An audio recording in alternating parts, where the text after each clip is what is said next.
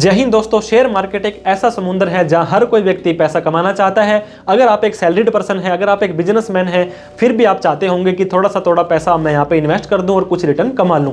लेकिन दोस्तों, share market के अंदर कमाई करना इतना आसान नहीं है। आपको पता होगा यहाँ पर टेक्निकल, फंडामेंटल, बहुत सारी न्यूज के ऊपर भी यहाँ काम होता है। एक शेयर अगर डबल हो सकता है तो वो शेयर आधा भी हो सकता है। बहुत सारे ऐसे एग्जाम्पल है दोस्तों। येस बैंक हो गया, वोडाफोन हो गया, लोगों के पैसे फंसे हुए हैं और लोग यहाँ पे पछता रहे हैं। तो अगर आप भी शेयर मार्केट के अंदर पैसा कमाना चाहते हैं और रिस्क भी नहीं लेना चाहते हैं तो दोस्तों, म्यूचुअल फंड आपके लिए बहुत ही बढ़िया एक इन्वेस्टमेंट का प्लान है। इसके अंदर क्या होता है दोस्तों, बहुत तरह के विभिन्न तरह के म्यूचुअल फंड आपको दिए जाते हैं। जैसे भगवान विष्णु के अवतार होते हैं, वैसे ही इस म्यूचुअल फंड के भी बहुत सारे अवतार होते हैं। इक्विटी के अंदर, डेट के अंदर, कौन से इंडेक्स के अंदर आप पैसा लगा सकते हैं। लेकिन म्यूचुअल फंड को सेलेक्ट करना, उसमें कमाई करना, यह भी इतना आसान नहीं है। इस वीडियो के अंदर आपको पता होगा दोस्तों, म्यूचुअल फंड के अंदर या तो आप लमसम एक बार में पैसा लगा सकते हैं या सिप के अंदर हर महीने कुछ पैसा लगा सकते हैं। अगर आप सिप करना चाहते हैं तो आपको 16 ऐसी मिस्टेक्स नहीं करनी है जो इस वीडियो में हम डिस्कस करेंगे, ताकि आपका मैक्सिमम ज़्यादा से ज़्यादा बेनिफिट हो पाए, ज़्यादा से ज़्यादा आपको रिटर्न मिल पाए और दोस्तों आपको बाकी इन्वेस्टर के मुकाबले में पछतावा ना करना पड़े। तो इस वीडियो के अंदर हम आपको 16 ऐसी मिस्टेक्स बताने वाले हैं जो आपको सिप करते समय नहीं करनी है। तो देर ना करते हुए चलिए दोस्तों वीडियो को स्टार्ट करते हैं। तो दोस्तों, 16 ऐसी मिस्टेक्स, गलतियां हैं जो आपको नहीं करनी है, अवॉइड करनी है, कम से कम करनी है SIP करते समय। और SIP आपको हमने ऑलरेडी बता दिया है, ये आपका म्यूचुअल फंड होता है ताकि आपको जो रिटर्न है वो ज्यादा से ज्यादा मिले और आपके जो खर्चे हैं वो आपके कम से कम हो जाने वाले हैं। तो इस वीडियो के लास्ट तक आप बने रहें। SIP you can invest in mutual fund. दोस्तों, म्यूचुअल फंड के अंदर रिस्क थोड़ा सा कम होता है, वहां पे एक्सपर्ट लोग बैठे होते हैं, आपका पैसा अच्छी जगह लगता है। इसके अंदर आप SIP के अंदर भी पैसा लगा सकते हैं, जो कि हर महीने किस्त होती है आपकी 1000, 2000, 5000, 10,000 और एक लमसम होता है कि इकट्ठा ही आप 1 लाख, 2 लाख, 5 लाख रुपए भी लगा सकते हैं। हजारों के अंदर क्या दोस्तों, लाखों के अंदर यहाँ पे फंड है। सिप के अंदर, म्यूचुअल फंड के अंदर जैसे भगवान विष्णु के इतने सारे अवतार थे, वैसे ही म्यूचुअल फंड के बहुत सारे ही अवतार हैं। लेकिन हमें म्यूचुअल फंड चूज करना है दोस्तों जिसके एक्सपेंस रेशियो कम हो और जिसकी रिटर्न ज्यादा हो। तो इसी के अंदर हम सबसे पहली जो बात करने वाले हैं दोस्तों, don't invest in one fund. सारा का सारा पैसा, मान लीजिए आपने 1 लाख रुपए, 2 लाख रुपए, 10 लाख रुपए लगाने हैं, तो आपको सारा का सारा पैसा एक जगह पर नहीं लगाना है। आपने सुना होगा कि don't put your all apple in one basket. अपने सारे के सारे सेब को अगर आप एक ही बॉक्स के अंदर डालेंगे तो एक सेब अगर खराब हो जाएगा तो सारे सेब को खराब कर देगा। जैसे बताया, बहुत सारे फंड होते हैं दोस्तों, small cap, large cap, medial, index fund और इसके अलावा debt fund, equity fund, hybrid fund. बहुत सारे सेक्टर रिलेटिव भी दोस्तों होते हैं, जैसे कि पावर सेक्टर, बैंकिंग का, इंफ्रा का, IT का, सोलर का, फंड का। तो आपके पास इतनी सारी जब वैरायटी है तो सारा का सारा पैसा एक जगह आपको बिल्कुल नहीं लगाना है, ताकि आपको अगर एक सेक्टर कहीं पे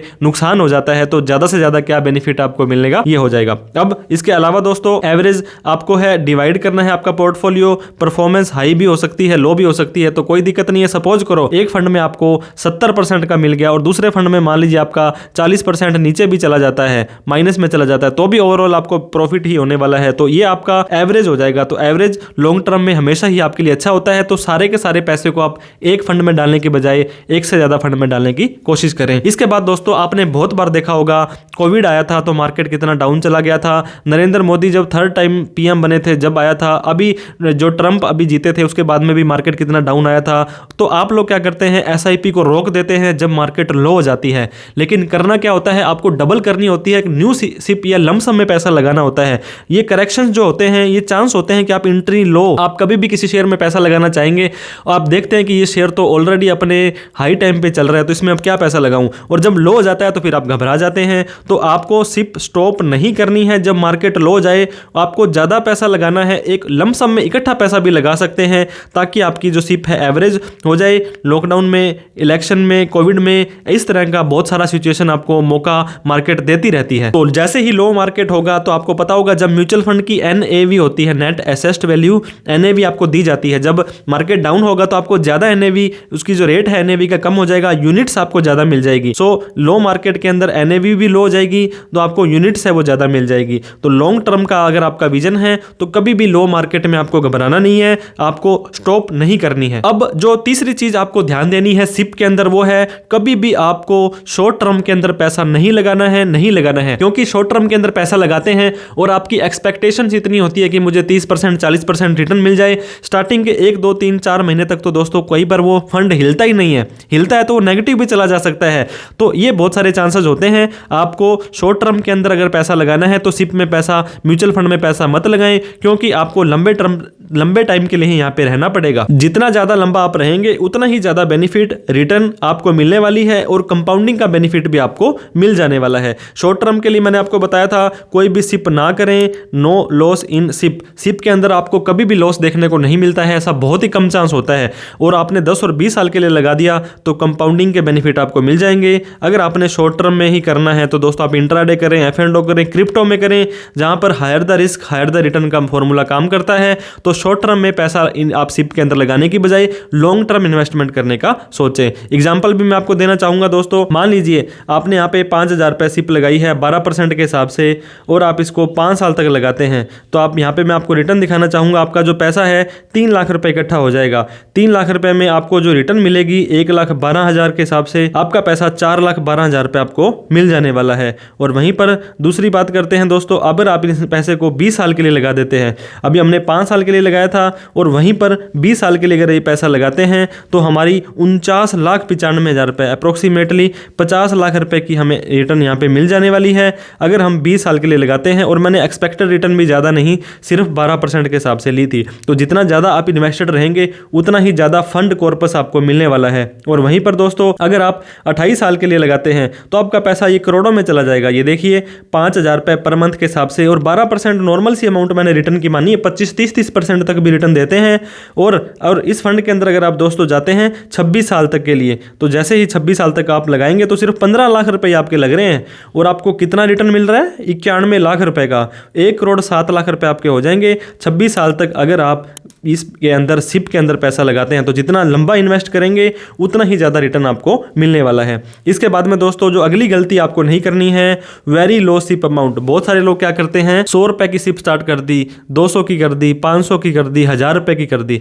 दोस्तों 1,000 के हिसाब से साल में आपके 12,000 हुए और आप उसको 12,000 को कितना एक्सपेक्ट करते हो कि आपका 1 करोड़ रुपए बन जाएगा? बिल्कुल नहीं बनने वाला है। तो सिप जो है दोस्तों कंसीडरेबल अमाउंट की हो, 5,000, 10,000, 20,000 रुपए जैसे आपकी इनकम आ रही है, सैलरी आ रही है, उसके हिसाब से होनी चाहिए। 1,000, 500, 100 रुपए को हम रेकमेंड नहीं करते हैं। हालांकि जितनी सेविंग करो उतनी बढ़िया बात है, लेकिन अगर आप चाहते हो कि जो एक्चुअल कंपाउंडिंग का बेनिफिट आपको मिले, एक्चुअल आपको रिटर्न मिले, तो आपको दोस्तों कम से कम नहीं ज़्यादा से ज़्यादा पैसा यहाँ पे इन्वेस्ट करना है। अब दोस्तों don't do SIP from bank. बहुत सारे बैंक होते हैं जिनके टारगेट होते हैं, आपके पीछे पड़ जाते होंगे आपका बैलेंस देख करके। कई लोग जो हैं बैंक वाले वो बोलते होंगे कि सर प्लीज़ आप हमारा ये म्यूचुअल फंड ले लो, आपका पैसा सेविंग में पड़ा है जहाँ पे आपको 2.7% का ही ब्याज मिल रहा है, तो ऐसा मत करो, आप हमारे म्यूचुअल फंड खरीद लो। तो bank provide regular mutual fund. दोस्तों 2 तरह के म्यूचुअल फंड होते हैं, रेगुलर और डायरेक्ट, जिसके अंदर क्या होता है उन्हें कमीशन वगैरह ज़्यादा मिलता है और वो अपने को सेल कर देते हैं। और लॉन्ग टर्म के अंदर अगर आप जाएंगे तो उसका कहीं ना कहीं आपको एडवर्स इफेक्ट आपकी जो रिटर्न है उस पर देखने को मिल सकता है। दोस्तों आपने सुना होगा जागो तभी सवेरा। आप क्या करते हैं, मुझे सिप स्टार्ट करनी है, मुझे सिप स्टार्ट करनी है, 1 2 3 4 साल तो आप ऐसे ही निकाल देते हैं, बाद में आपको एक अच्छा ब्रोकर नहीं मिलता है या कहाँ पे मैं पैसा लगाऊं वो नहीं समझ आता है। तो earlier you start investing SIP, more time आपके पास रहेगा। दोस्तों ज़्यादा टाइम तक आप इन्वेस्ट कर पाएंगे तो ज़्यादा से ज़्यादा बेनिफिट आपको मिल जाएगा। तो जागो तभी सवेरा, आज से ही आप अपनी सिप में पैसा लगाना स्टार्ट कर दीजिए। एक और गलती जो आप नहीं करनी है दोस्तों, जो बहुत सारे लोग करते हैं, आप अपना जो गोल है वही डिसाइड नहीं करते हैं। जो आपने ये पैसा लगाना है, मान लीजिए आपके पास में कोई पैसे पड़े थे, अब आप अच्छी सैलरी आ रही है और आप सिप स्टार्ट कर देते हैं। अब आपको पता ही नहीं है कि कितने टाइम के लिए सिप करनी है, तो उसका कैसे बेनिफिट लेंगे, कैसे उसका पर्पज हल होगा। तो जो गोल है उसके ऑब्जेक्टिव्स हैं वो दोस्तों 3 तरह के हो सकते हैं, short term, medium term, long term. Short term के लिए आपने 1 साल के लिए पैसा एक्स्ट्रा लगा दिया या कोई लमसम में कोई पैसा पड़ा था।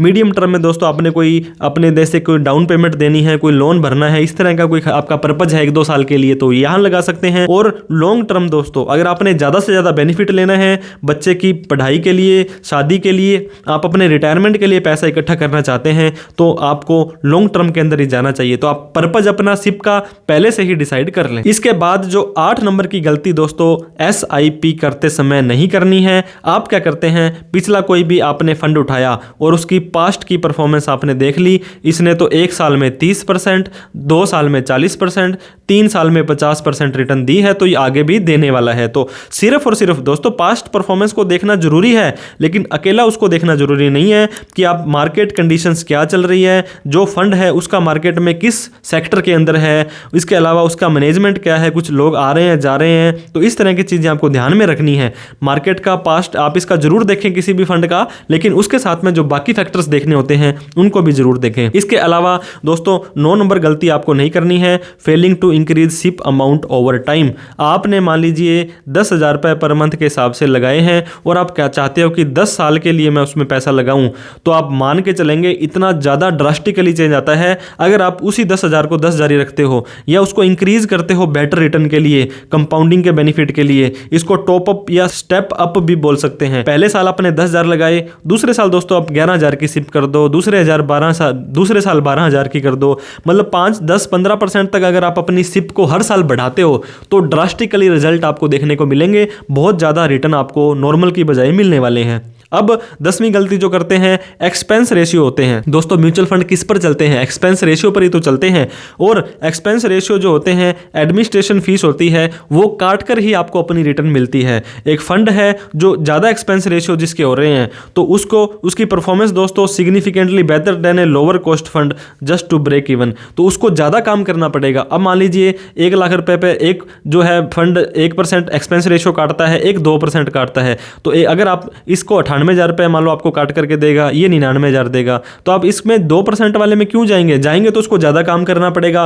तो इस तरह की कंपनी को बाकी फैक्टर्स ध्यान में रखते हुए चूज करना है जिसका एक्सपेंस रेशियो कम हो। इसके अलावा बहुत सारी ऐसी कॉस्ट होती है, फीस होती है, जैसे कि एंट्री लोड। अब बहुत सारे म्यूचुअल फंड तो ये नहीं लेते हैं, लेकिन कुछ प्रीमियम जो है वहां पे आपको एंट्री लोड और एग्जिट लोड तो आपको लगभग देना ही पड़ता है। एडमिनिस्ट्रेटिव फीस होती है। कुछ फंड कहते हैं कि आप अपना पैसा नहीं निकाल सकते हैं, मान लीजिए उन्होंने 1 साल का यहाँ पे लॉक इन पीरियड रख दिया है, अगर उससे निकालते हो तो आपको एग्जिट लोड या पेनल्टी देनी पड़ जाएगी। दोस्तों यहाँ पे 2 नुकसान हो जाएंगे, एक तो एग्जिट लोड देना पड़ गया, और अगर 12 महीने से पहले उसको बेच रहे हो आप तो, और आप इक्विटी वाला अगर आपका म्यूचुअल फंड है तो शॉर्ट टर्म कैपिटल गेन भी देना पड़ जाएगा, जो कि अब 20% है। पहले ये 15 होता था, तो आपको वो भी बेनिफिट नहीं मिलेगा लॉन्ग टर्म वाला, और ये भी नहीं मिलेगा। टैक्स की बात हम फिर से आगे करने वाले हैं। इसके बाद में 12 नंबर गलती जो आपको करनी है वो नहीं करनी है, रिलाइंग ऑन थर्ड पार्टी। दोस्तों आपने किसी दोस्त को पूछा, किसी ब्रोकर को पूछा, किसी एजेंट को पूछा कि कौन सा म्यूचुअल फंड लगाऊं, वो आपको क्या बोलेगा, जहां पे उसका बेनिफिट हो रहा होगा, ज़्यादा कमीशन बन रहा होगा। तो ये होता है लगभग बैंक के अंदर, बैंक मैनेजर्स का खुद के प्रोडक्ट होते हैं जहां पे उनको सेलिंग का प्रेशर होता है। बहुत सारे एजेंट होते हैं, broker, sub broker, mutual fund distributor होते हैं, वो आपको क्या करेंगे दोस्तों, रेगुलर प्लान बेचने की कोशिश करेंगे जहां पे ज़्यादा कमीशन, ज़्यादा एक्सपेंस रेशियो होता है। आपको क्या करना है, उनके ऊपर डिपेंड होने की बजाय आपको खुद की रिसर्च करनी है ऑनलाइन उस वेबसाइट पर जाकर के। फॉर एग्जांपल अगर आपने निप्पॉन इंडिया का कोई शेयर म्यूचुअल फंड लेना है तो आप इसकी वेबसाइट पर जाएं और डायरेक्ट परचेज करें, क्या दिक्कत है, आप रेगुलर प्लान में ना जाएं। इसके बाद में फंड का सिलेक्शन करना भी बहुत इंपॉर्टेंट है दोस्तों। म्यूचुअल फंड जितना आसान दिखता है उतना आसान है नहीं। म्यूचुअल फंड, जब फंड के अंदर ही पैसा लगाना है तो आपको रैंडमली ऐसे ही मुंह उठा करके पैसा नहीं लगा देना है। आपको यह देखना है स्मॉल कैप के अंदर, मीडियम कैप, फ्लेक्सी कैप, जो जहां पर ज़्यादा रिस्की है, जो निफ्टी से रिलेटेड है, जो मार्केट से इक्विटी से रिलेटेड है। इसके बाद बहुत सारे ब्लू चिप हैं, लार्ज कैप है, इंडेक्स फंड है जहां पे रिस्क कम होता है। तो आपको अपने रिस्क रेशियो और आपका रिवॉर्ड्स है, आप कितने टाइम तक रहना चाहते हैं, उसके हिसाब से आपको फंड का सिलेक्शन करना है। इसके बाद में दोस्तों जैसे हमने भी डिस्कस किया था, आपको कौन सा प्लान देना है। 2 प्लान होते हैं, डायरेक्ट प्लान और रेगुलर प्लान। जो रेगुलर प्लान होगा दोस्तों वो आपको म्यूचुअल फंड डिस्ट्रीब्यूटर या बैंक वाले देंगे, जिसमें आपकी फीस ज़्यादा होती है और रिटर्न कम होती है। और डायरेक्ट प्लान के अंदर फीस कम होती है और रिटर्न आपकी जहाँ पे ज़्यादा मिलती है, higher expense ratio. Regular plan के अंदर एक्सपेंस रेशियो ज़्यादा होंगे और लॉन्ग टर्म में अगर आप देखो तो काफ़ी फर्क पड़ जाएगा आपकी रिटर्न में जो मैच्योरिटी पे मिलती है। तो एक्सपेंस रेशियो कौन खा जाता है दोस्तों, bank, mutual fund distributor, agent वगैरह खा जाते हैं। तो इस तरह से आपको जो प्लान लेना है म्यूचुअल फंड के अंदर वो आपको यहाँ पे लेना है डायरेक्ट प्लान, न कि रेगुलर प्लान लेना है। इसके बाद में टैक्स। दोस्तों टैक्स की बात करने में हम हिचकिचाते हैं और हम टैक्स को ना कंसीडर करते हुए ध्यान देते हैं। मान लीजिए 1% आपको ज़्यादा भी रिटर्न मिल गई, लेकिन अगर आपको 20% उस पर टैक्स देना पड़ जाएगा तो क्या आपके ऊपर बीतेगी दोस्तों। अगर आपने इनकम कमाई है तो टैक्स आपको देना पड़ेगा। अगर आपका म्यूचुअल फंड माइनस में चला गया है, जो हो ही नहीं सकता है, तो आपको कोई टैक्स नहीं देना है। शॉर्ट टर्म कैपिटल गेन, ऐसा गेन शेयर दोस्तों जो आपने 12 महीने से पहले लेकर के बेच दिया। मान लीजिए, आपको एक एग्जांपल देना चाहूंगा, आपने म्यूचुअल फंड में 10 लाख रुपए लगाए थे और म्यूचुअल फंड 1 साल से पहले 11 लाख के हो गए, तो जो 1 लाख रुपए आपने कमाया दोस्तों, उसके ऊपर आपको 20% टैक्स देना पड़ेगा, जो कि 20,000 रुपए हो जाता है। ठीक है, तो अगर आप लॉन्ग टर्म में जाते हैं, 12 महीने से ज्यादा उस म्यूचुअल फंड को रखते हैं, तो आपको 20 नहीं देना है, आपको 12.5 ही देना है। और एक मजे की बात दोस्तों, पहला 1.25 लाख रुपए आपका माफ हो जाने वाला है। अब इस एग्जांपल को मैं देना चाहूंगा, 10 लाख के म्यूचुअल फंड थे, 11,25,000 में आपने बेच दिए, तो कितना प्रॉफिट हुआ? 1,25,000 रुपए। अब पहला 1,25,000 रुपए माफ है, उसके बाद भी कुछ बच गया तो 12.5 देना है, 20 तो देना ही नहीं है। तो इस चीज का ध्यान दें। अगर 11 महीने आपको हो चुके हैं और म्यूचुअल फंड को बेचना चाहते हैं तो 1 महीना और रख लें, आप उसको 12 महीने के बाद बेचेंगे तो लॉन्ग टर्म कैपिटल गेन आपका 1 लाख 1.25 लाख माफ हो जाएगा। फिर उसके ज्यादा इनकम होगी, 1.25 लाख से भी मान लो 2 लाख इनकम होगी, तो बाकी के 75,000 पर आपको क्या करना पड़ेगा? सिर्फ 12.25% ही टैक्स, 12.5% टैक्स देना पड़ेगा। तो पहला 1.25 लाख रुपए माफ है। और अब मान लीजिए आपको 1.25 लाख रुपए का प्रॉफिट हुआ, तो इस पे 20% सीधा ही 25,000 रुपए टैक्स दो। या तो शॉर्ट टर्म में 12 महीने से पहले बेचते हो तो 12 महीनों के बाद बेचोगे, 1.25 लाख रुपए पर 0 टैक्स आपको देना है। इसके अलावा अगर आपकी म्यूचुअल फंड से और सारी इनकम मिलाकर के 3 लाख तक है तो आपका टैक्स वैसे ही 0 हो जाने वाला है। 3 लाख से ज्यादा इनकम होती है तब आपको इसके ऊपर जो टैक्स देना है 20% या 12.5%। एक और दोस्तों जो कमी आपको नहीं करनी है, ओवरलैपिंग ऑफ इन्वेस्टमेंट। ओवरलैपिंग क्या होती है? बार बार एक ही चीज को 2 जगह लगाना, 3 जगह लगाना। अगर आपने डाइवर्सिफिकेशन का बेनिफिट लेना है, मान लीजिए आपको गोल्ड बहुत अच्छा लगता है, तो आपने क्या किया, एक गोल्ड म्यूचुअल फंड फलानी कंपनी का ले लिया, ए का, एक बी का, एक सी का, तीनों ही गोल्ड में लगा दिए। ठीक है, गोल्ड एक बहुत ही अच्छी चीज है, इसकी इनकम बहुत ज्यादा देने वाली है, लेकिन मान लीजिए गोल्ड का रेट किसी ना किसी कारण से घट जाता है, आधा हो जाता है, तो आपका तो नुकसान हो जाएगा। तो आप इस तरह के फंड में इन्वेस्ट ना करें जो एक ही जगह पर अलग अलग सेक्टर्स में, एक ही सेक्टर में अलग अलग जो म्यूचुअल फंड पैसा लगाते हैं। 10-20% तक तो एक्सेप्टेबल है, लेकिन सारा ऐसा ना करें। तो ओवरलैपिंग की बजाय अलग अलग सेक्टर्स में डाइवर्सिफिकेशन करें तो ज्यादा बेनिफिट आपको मिलेगा। दोस्तों, कीप इन्वेस्टिंग, कीप ग्रोइंग। आपकी तरक्की में हमारी तरक्की है। वीडियो अच्छी लगी हो तो लाइक करें। बड़े ही मेहनत से दोस्तों ये वीडियो बनाते हैं। अभी तक हमें सब्सक्राइब नहीं किया तो प्लीज कर लें, क्योंकि इसका पैसा लगता है 0 और आगे भी बहुत सारी बढ़िया बढ़िया वीडियो आपके लिए आती रहेगी। इस वीडियो को उन सभी लोगों में शेयर करें जो म्यूचुअल फंड के अंदर पैसा लगाना चाहते हैं, सिप के अंदर पैसा लगाना चाहते हैं, लेकिन कुछ चीजों का ध्यान देना जरूरी है।